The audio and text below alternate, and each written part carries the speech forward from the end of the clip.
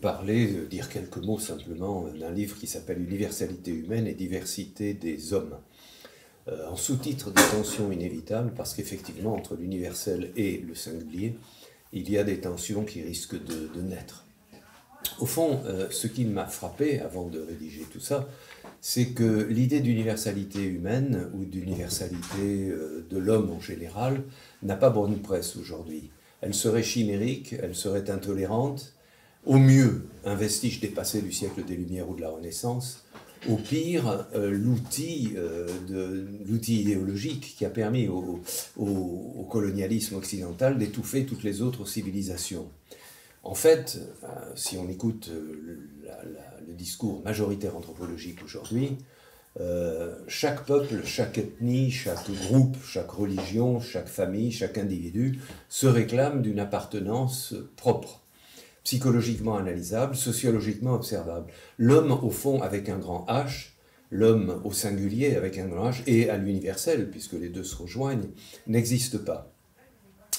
Ce qui existe, ce sont des êtres humains singuliers, particuliers, divers, mentalement déterminés, sociologiquement situés et physiquement observables dans leur diversité.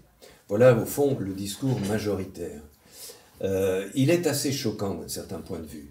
La question est de savoir, au fond, si en refusant de s'interroger sur ce qui fait l'unité de l'humanité, derrière la diversité humaine, l'anthropologie en général, j'entends anthropologie au sens large, c'est-à-dire tout ce qui touche l'essence de l'homme, psychologie, sociologie, philosophie, ethnologie, ethnopsychiatrie, enfin tout ce qu'on voudra, ne se tire pas une balle dans le pied, en refusant de parler de l'homme en général, ne se tire pas une balle dans le pied, tout simplement parce qu'en s'interdisant de comprendre ce que peut être l'être humain au singulier, elle s'interdit de comprendre que les hommes puissent avoir des contacts les uns avec les autres, indépendamment des différences culturelles, mais surtout elle fait le nid de l'ethnocentrisme, du racisme ou du communautarisme, puisque chacun, aujourd'hui, tente de se replier sur sa propre communauté, sur son propre groupe.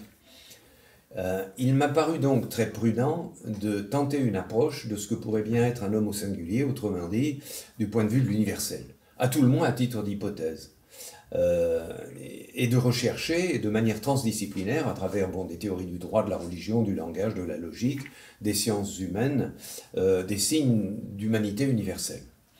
Alors la thèse à laquelle je suis parvenu, enfin la conclusion à laquelle je suis parvenu, l'hypothèse que j'ai défendue et la conclusion à laquelle je suis parvenu, c'est que si l'universel humain est repérable, il se repère ou il se manifeste à travers une inquiétude originale que ni les dogmes religieux, ni les condamnations du scientisme positiviste ne sauraient apaiser. Inquiétude que l'on est en droit d'appeler aujourd'hui encore, toujours, métaphysique.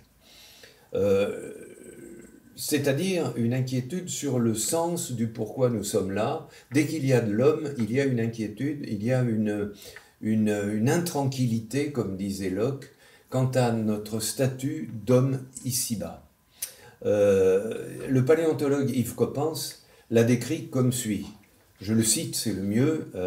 L'homme est le premier des êtres au terme d'une évolution du vivant de 4 milliards d'années, à savoir qu'il sait, à se demander d'où il vient, où il va, quel est le sens de son existence. Ce privilège que l'on appelle conscience s'accompagne en effet chez lui, dès qu'il apparaît entre 3,5 millions et 2,5 millions d'années, d'une angoisse existentielle qui ne le quittera plus.